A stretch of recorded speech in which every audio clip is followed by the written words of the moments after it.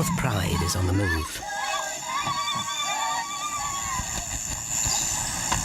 Raptors hover over a withered carcass. But there is scent of fresher meat in the wind.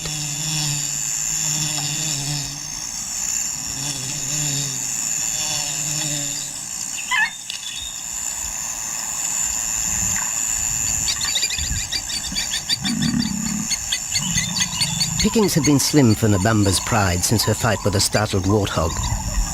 The lioness is limping from the encounter. And even the Pride's big male, Jabu, wonders when his next meal will come.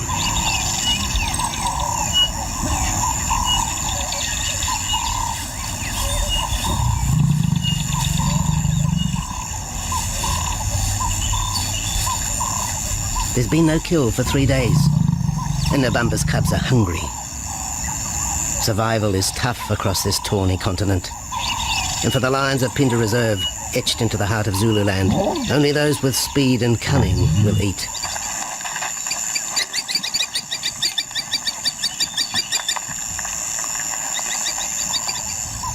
For this pride anyway, it's been a long time between meals.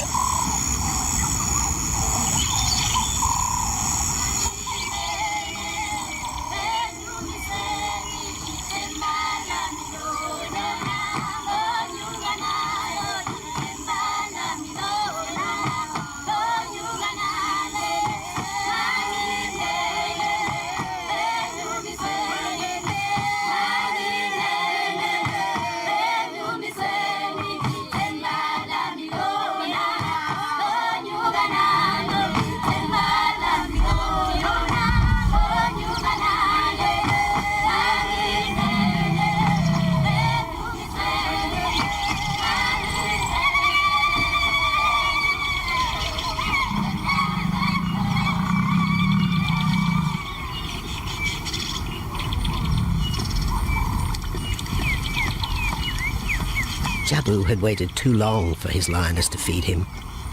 Overnight, his stealth carried him into the path of a careless zebra. The rest of the herd is still skittish. One animal had already lost his tail to a hungry pride, but for the dazed stallion, it was all over in seconds.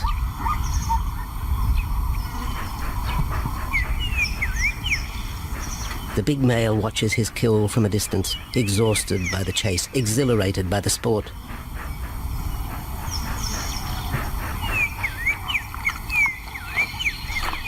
Jabu will feast later. Tired from the hunt, he needs to rest.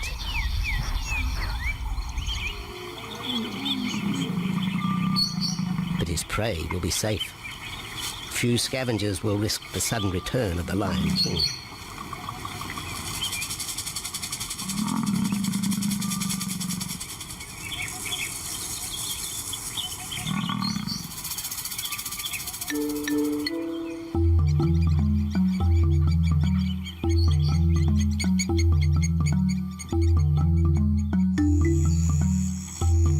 Zulu trackers follow the spoor of Nabamba's Pride across Mziki Marsh.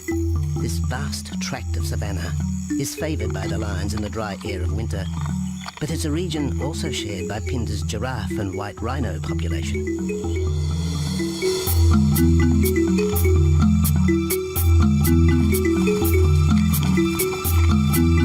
Through modern times, most of southern Africa's wildlife has been ravaged by hunting and habitat loss. Farmland, overgrazed and buffeted by domestic stock, has ripped the heart out of the original bush.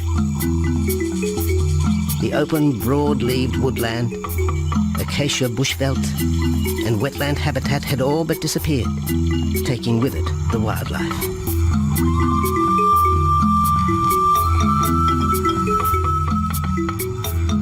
A few years ago, the Pinda Project was born. 17,000 hectares of farmland bought up in KwaZulu-Natal along South Africa's eastern seaboard. What followed was the largest game restocking program ever seen on the subcontinent.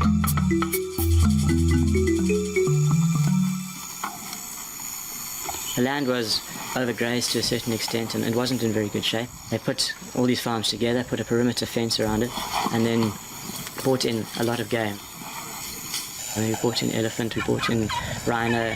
We started off with those sort of animals and then started with cheetah, bringing in cheetah onto the reserve, mainly to get them used to the area before the lions came on, because the lion is a more superior predator as such and would dominate the cheetahs. We wanted to get them settled first before the lions came in.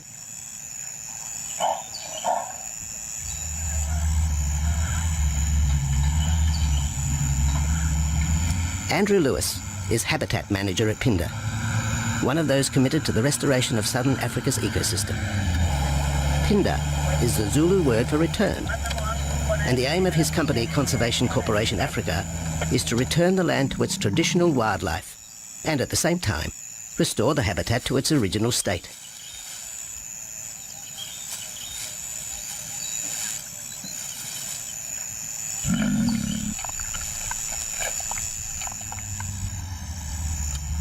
Phinda is cautiously open to top-level tourism, limited and luxurious. Dreams of extending the green frontier require funds, and the reserve's lion pride has already earned its keep.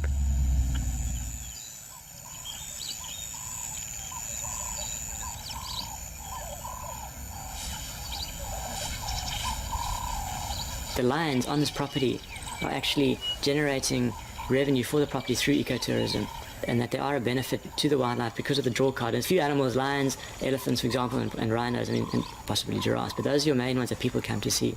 And we've been very fortunate to be able to have lions on the property, and I think those lions that we have given us amazing value for our guests, and by getting our guests in here, we're getting revenue into the area, and that's benefiting wildlife as a whole.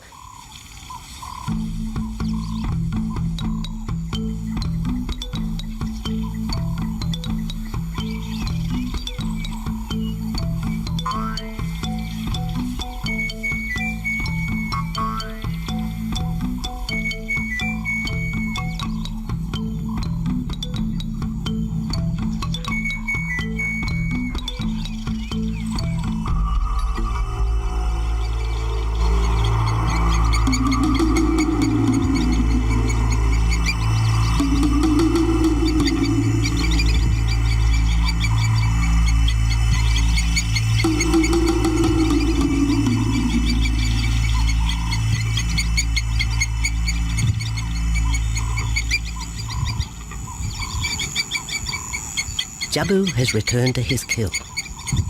He licks the bloated carcass, but still there is no feeding. Lions will gloat over their prey, delaying the first bite until the meat ripens. For Jabu, the prospect of the meal is to be relished as much as the eventual feast.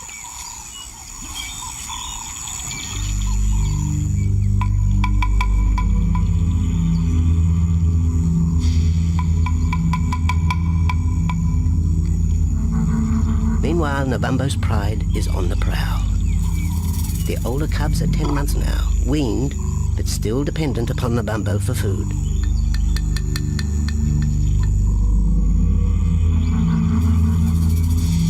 The cubs are learning to stalk, but they won't kill for another 6 months. Young male lions are usually ejected from the pride when they are about 2 years old. Fending for themselves, they form hunting groups with other isolated males. Nabambo's cubs aren't sure what to do with prey so close, but the lioness isn't far behind. Their time for hunting will come. Nabambo's 4-year-old daughter also lives with the pride. She is the mother of the group's youngest offspring, 7-week twins Umveli and Damana. The little cubs have been hidden since birth, and now stay close within the protective circle.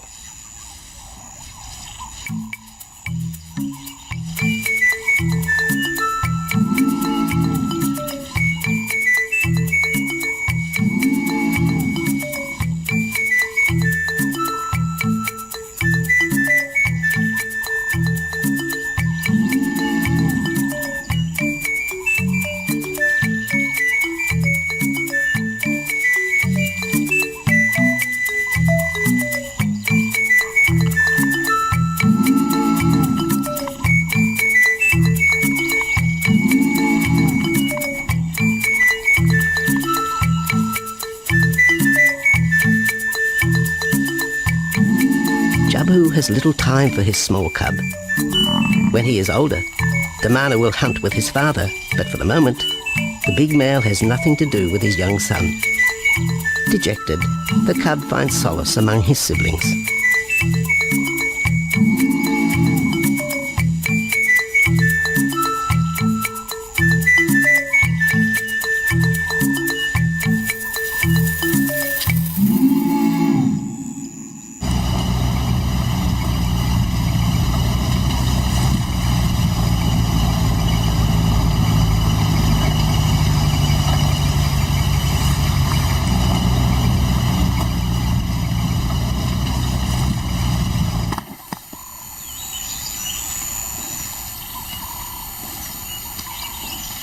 A young giraffe lies helpless in the grass. The animal's complicated vertebra means it is unable to rest its neck for any length of time. Lack of mobility means blood to the brain slows, leaving the animal disabled.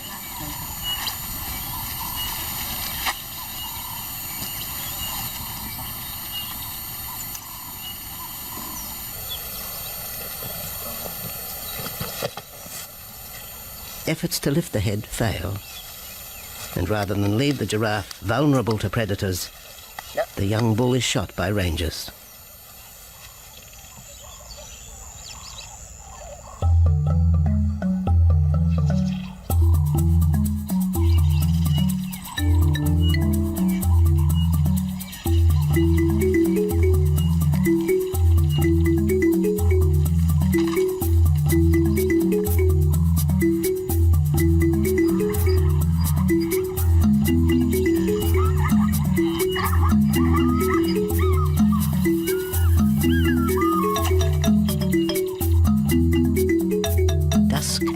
By the waterhole rekindles the interest of the pride. Nabambo is typical of most big cats. They conserve energy 20 hours a day, waking only to groom and hunt.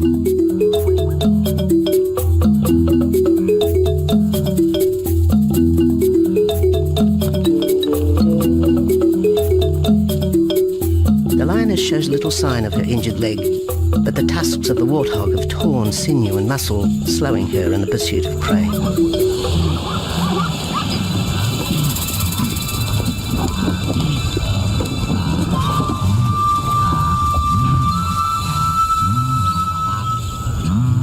Once again, Nabambo in her pride will go hungry.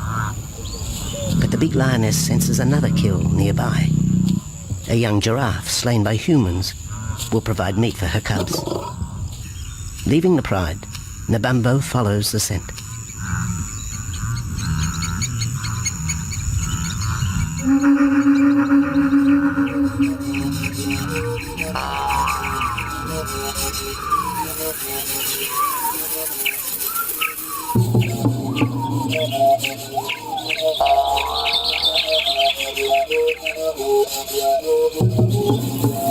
Left alone, the older cubs know the drill. They will wait for Nabambo's call to take them to the kill.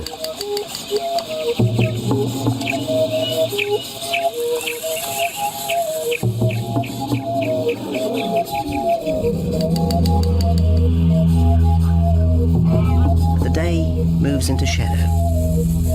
The cubs are restless and a little afraid. Adult lions have few enemies, but cubs, even those 10 months old, are at the mercy of leopard and other predators.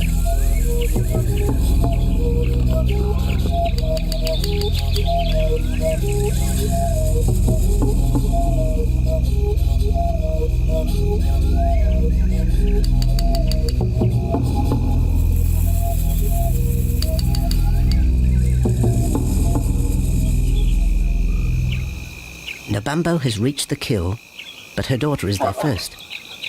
Even though females hunt together, rivalry for the prey is fierce.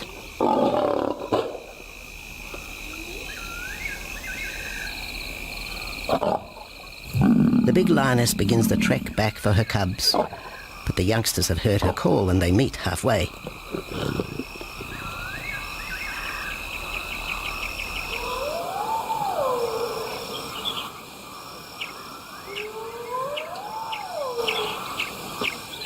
Nabambo settles herself in the long grass.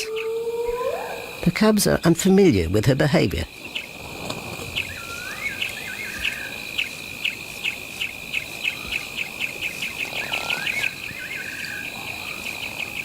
A female will usually head the charge with any kill, splitting the hide of the victim and leading the way for the pride to eat.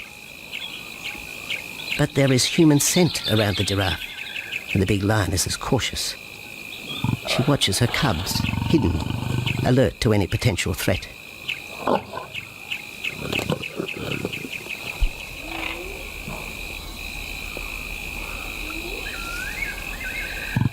The cubs are curious, confused by this new smell.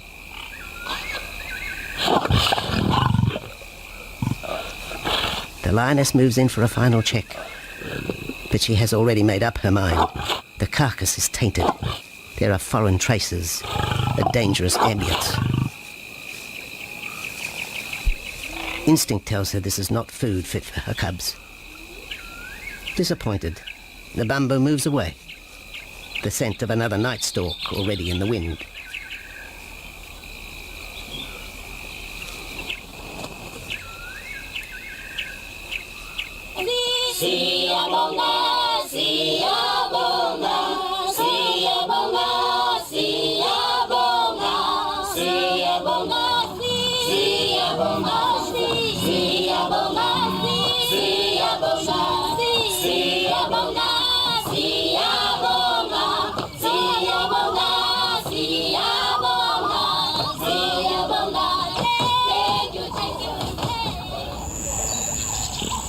After 2 days, Jabu has returned to his kill with another younger male.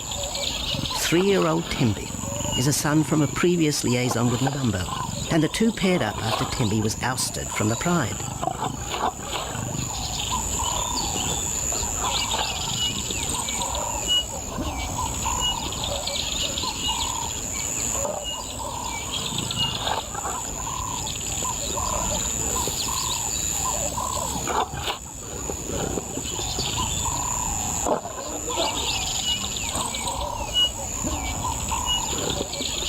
Pride males are lazy and will gladly let the females track down prey.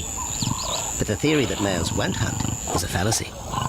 Any hungry male will hunt for himself when no free lunch is provided by the lioness, hyenas or other predators.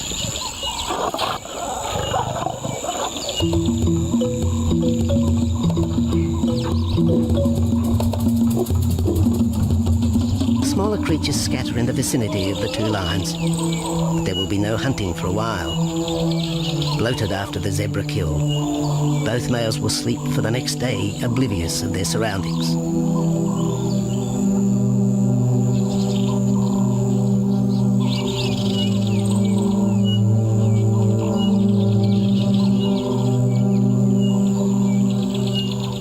Lions hunting in pairs or groups have a success rate of around 30% in daylight, but studies show single hunters are more successful at night.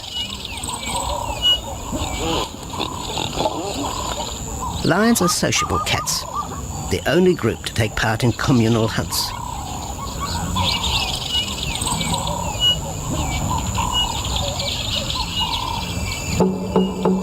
Ambush is an important part of the lion's strategy. Often one pride female will round up the prey from the front, driving it towards a second lioness.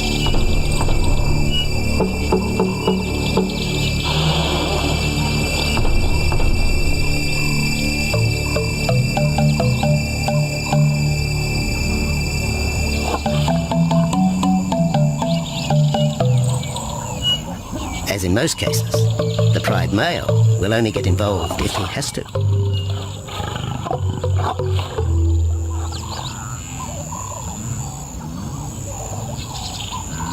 Accidents involving humans are rare in southern Africa's game reserves. Our primal fear of being eaten has been well documented, but in fact, lions seldom attack if they're not provoked. At Phinda, great care is taken to limit the number of people viewing game. Emphasis is placed on causing the animal as little stress as possible.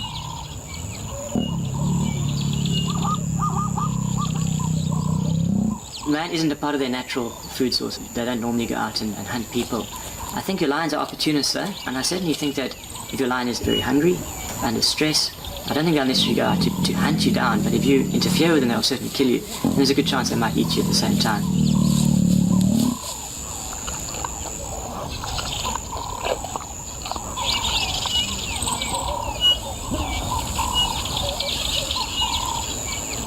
With all animals, it's how you treat them is what's the reaction you're going to get back from them. Certainly at Phinda, all our guides go through a training course and they're all brought up to a certain standard. There is a certain operating ethic with regards to viewing animals, and we certainly try and be as sensitive to the animals as possible.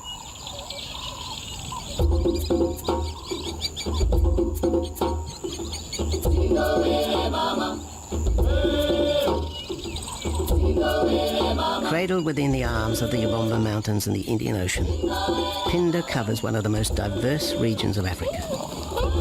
Here are found 7 different ecosystems, from palm savanna and bushveld to rare sand forest and dense thorn bush, all restored from the pastoral belt which had swept down the east coast.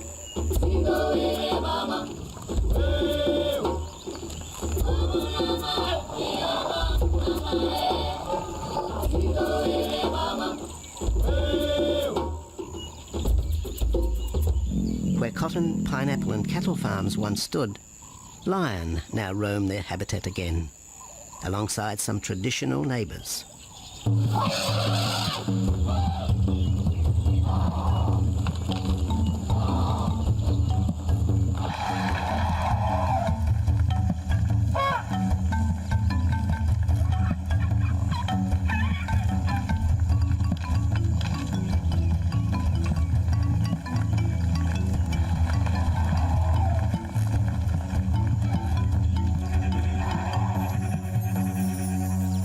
Phinda sees its responsibility to the region extending beyond restoration of habitat and wildlife. It provides schools and a clinic for the local Zulu community, as well as employment. In the eyes of Andrew Lewis, essential ingredients for a successful operation. It's very important to involve the communities around your reserve because they have to benefit as well. There's no point in just taking land, get some investors to invest in it. But if you don't allow the people who are on the periphery of that reserve to benefit from it, you're going to have an immense problem with poaching, and they're going to cut your fences down, and you're just going to have an uphill battle.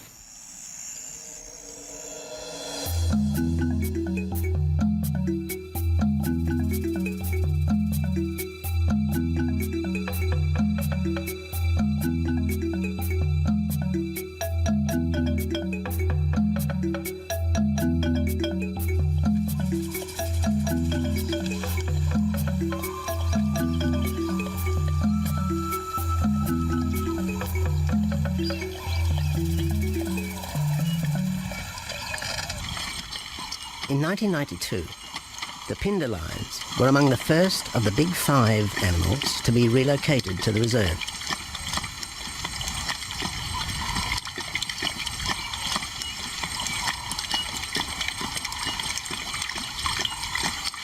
The original pride came from the northern province of South Africa, a vast scrubby region flanked by the ragged Drakensberg Mountains near the Mozambique border.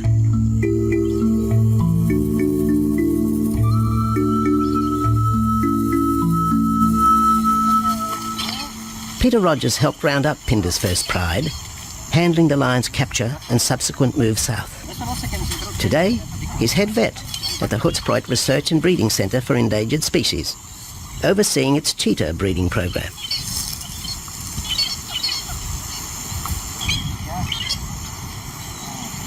But it's the discovery of what's believed to be a long-extinct strain of lion that has put Peter's centre on the map. We were involved in the rescue of these circus animals that came down through Africa and were abandoned in Maputo.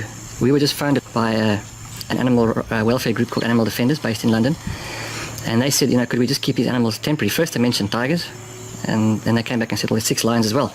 So we said, yeah, we could hold them temporarily just until they found permanent homes for them, but basically get them out of that predicament that they were and the shocking conditions that they were in Maputo and Mozambique.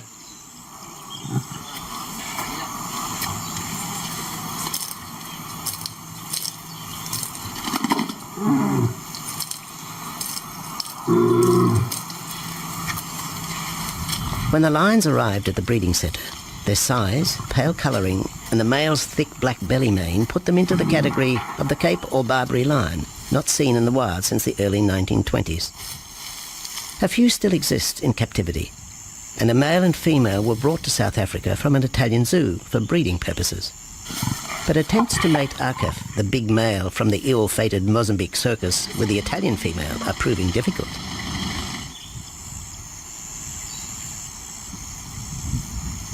Akef is overprotective, even preventing the lioness from eating when the meat truck arrives.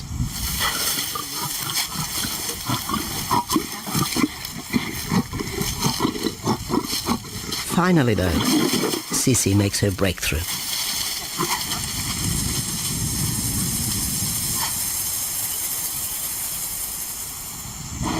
We'll see you up in the front there, Mark. You're going to go to that sort of middle central area. Where are you going to go? In the next enclosure, Arturo, the Italian Barbary male, is about to be sedated. His attention to his sister Sisi through the fence is hampering mating efforts, and Peter Rogers is keen to move the big male. He shoots the dart into Arturo's rump. Arturo has been sterilized, but while his breeding days are finished, he'll live out his days at the centre. 1.5 minutes now, so... His female companion, another Barbary from the Mozambique circus, is drawn away by the meat truck.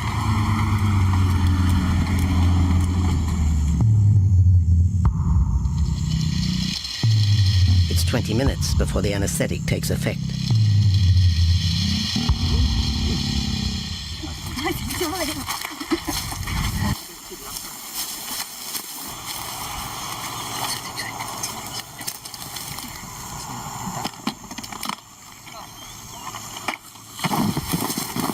It's nice to be the supervisor. Slowly.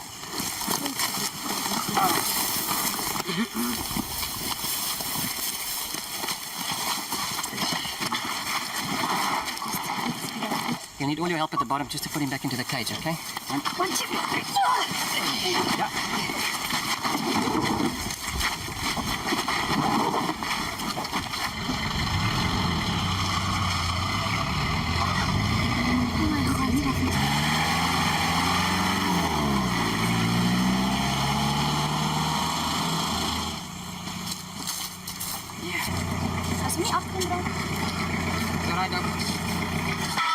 The anaesthetic gives Peter Rogers and his team a chance to check over the 12-year-old lion. He'll spend a few weeks in this cage before being returned to his enclosure for observation. I still want to inject him and everything, Mark.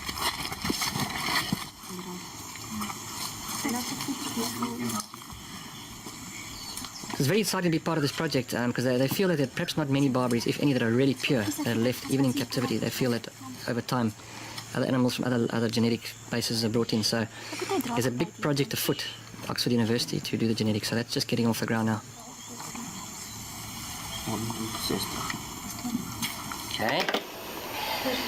We just put under the skin on the neck if we can find the skin under this big beard of his. Normally lions wouldn't have this many ticks, but being from Italy, the European lion, he doesn't have that innate or inherent resistance to ticks. It does come with time. Like a bit of a bit like this. So what we can do is we can put him in there and roll him over inside there. Immediate term now is to get these ones to breed. And we'll take it day by day from there and see how it goes. But the prime object initially was just to get these animals back into good health, and it's developed into something a lot bigger.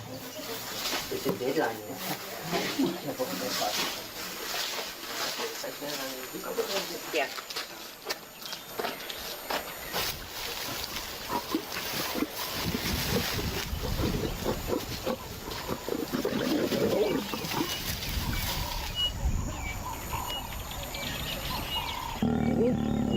While the breeding centre's lions are healthy, it's not the case a few kilometres away in the Kruger National Park, where TB has ravaged half the population.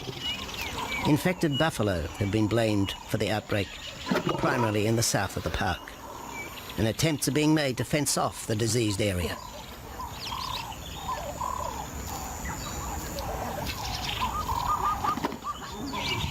And the lions are preying on infected buffalo. Because it's an exotic disease, not an indigenous disease, the lions are totally naive and they've got no resistance to it. So it's a big problem. It's a very difficult decision to make as to what to do. It's a very topical and heated subject at the moment.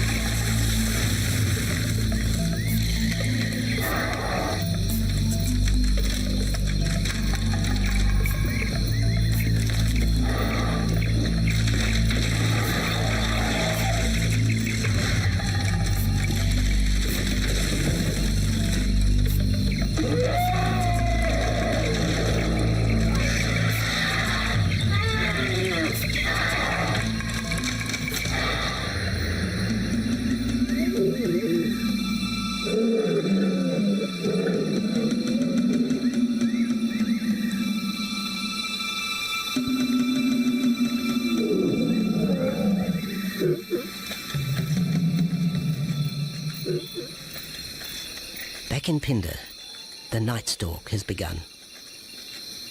Nabambo keeps her cubs close.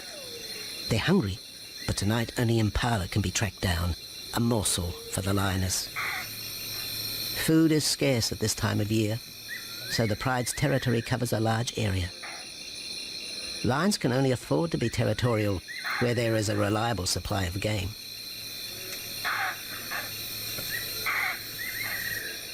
Jabu wants to mate. He's been with his pride for nearly a year now. But Nabambo would prefer a larger group of males around her. Eventually, though, Jabu will have to join forces with other males to have a chance of keeping this pride. The big male is only 7 years old and a fine specimen, weighing in at just under 200 kilograms. For the moment, he's secure. Although tonight, Nabambo has hunting on her mind.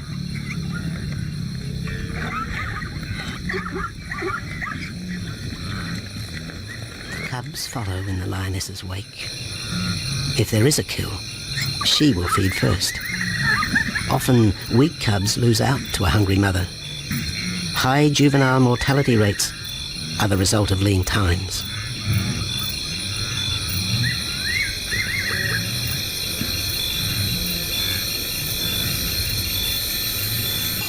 Jabu has had enough.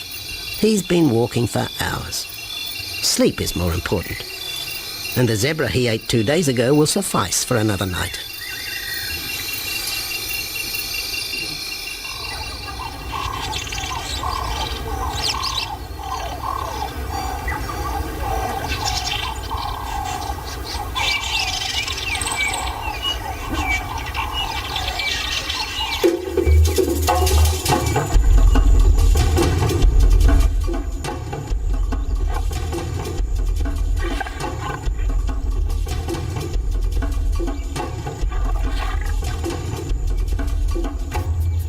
Nabambo has made a kill, a young Nyala buck.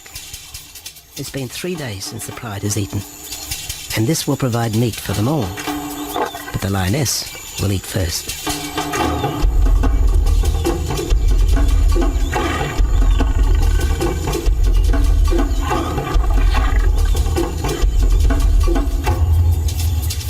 The cubs know the routine. They will get their turn.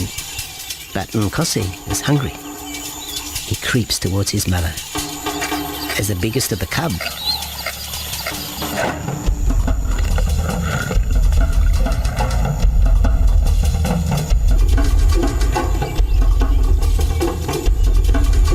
Nkosi watches. A lioness can eat more than 20 kilograms in a single sitting. This could be a long wait for the little cub. Nkosi approaches the kill cautiously. Sometimes a lioness will turn on her cubs, but today, Nebambo is pleased with her efforts.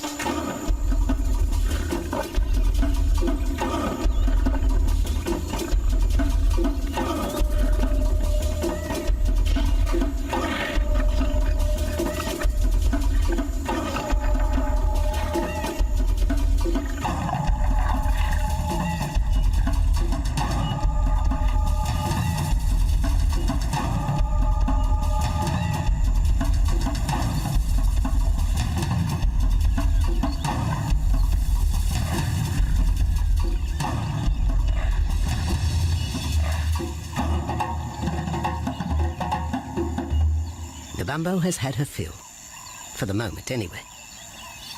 Lions never eat the stomach of a kill. She will bury it before dragging off the carcass. This way, hyenas and other predators are thrown off the scent. The evidence has been buried. The carcass is no more.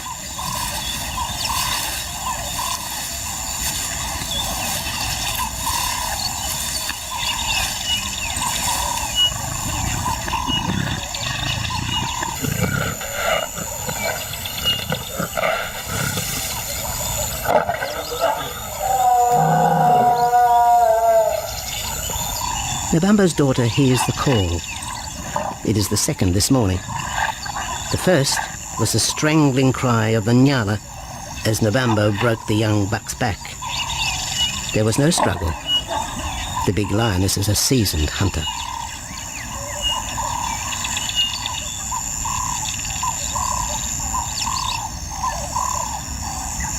The rest of the pride will feast on the carcass after Nebambo retires. But first, they will drag it into the bushes, away from prying eyes, away from raptors already circling the kill scene.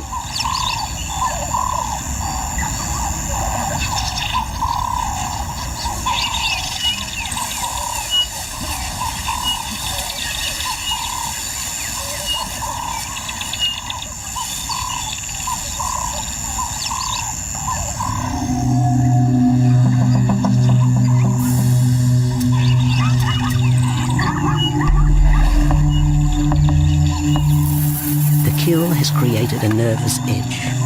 Even the hippo, its bad temper legendary, is flustered, anxious to protect its waterhole. The wildebeest are a favourite prey for lions. Naturally, they feel vulnerable. But for the pride, there is no agitation. Gorged, they will sleep for the next day. Even Mveli and Damana, the 7-week twins, have tasted blood for the first time. But it will be many months before they take part in a hunt. For the moment, they just want to play with Nkosi.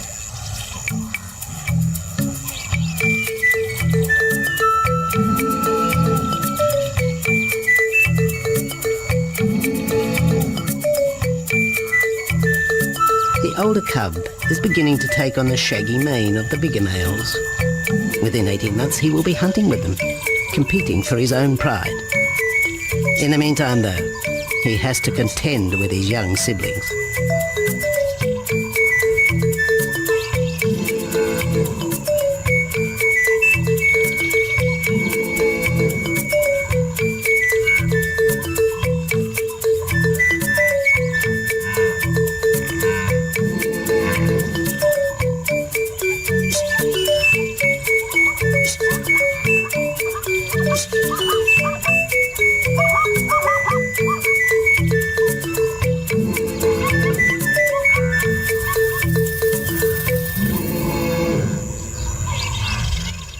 Jabu rejoins the pride.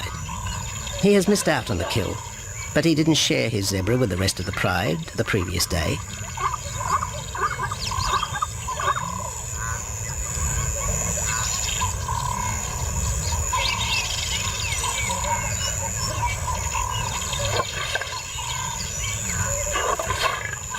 A half-hearted attempt at mating, but the big lion's attention is drawn to a curious onlooker. With the pride so close, the giraffe won't be sitting for long. Drinking and sitting is when they are at their most vulnerable.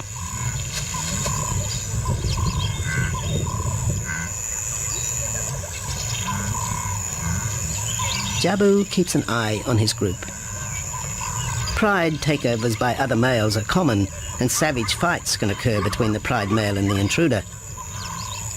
If a takeover is successful, the new male will usually kill all the suckling young of his former rival. When a nursing mother loses her cubs, she comes into heat within a few weeks. The normal interval between cubs is about 2 years, with a gestation time of 3 to 4 months.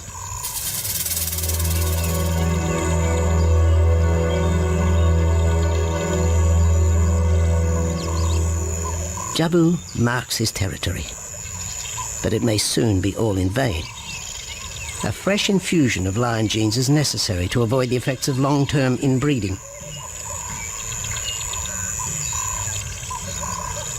It's likely Jabu and his son Tembi will be swapped for males from another game reserve.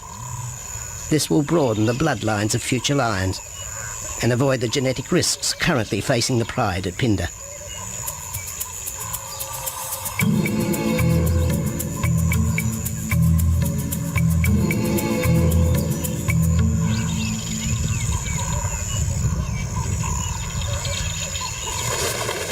Vultures have found the dead buck, but there is little left of the carcass. Nabamba and her pride have eaten. The big lioness tries to dislodge Inyala fur from her teeth. Tomorrow, the next day, there will be another kill. Nabamba's cubs will grow up strong.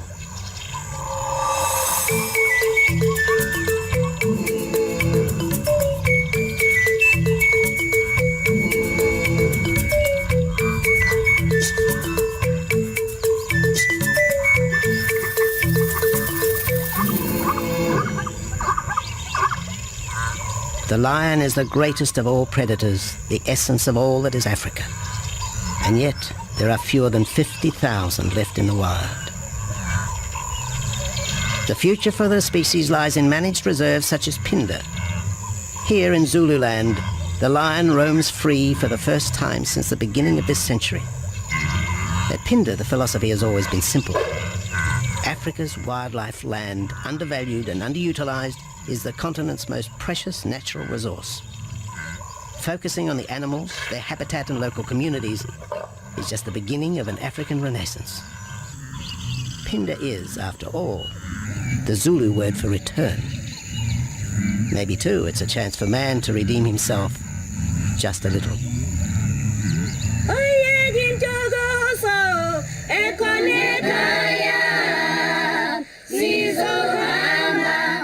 Hallelujah.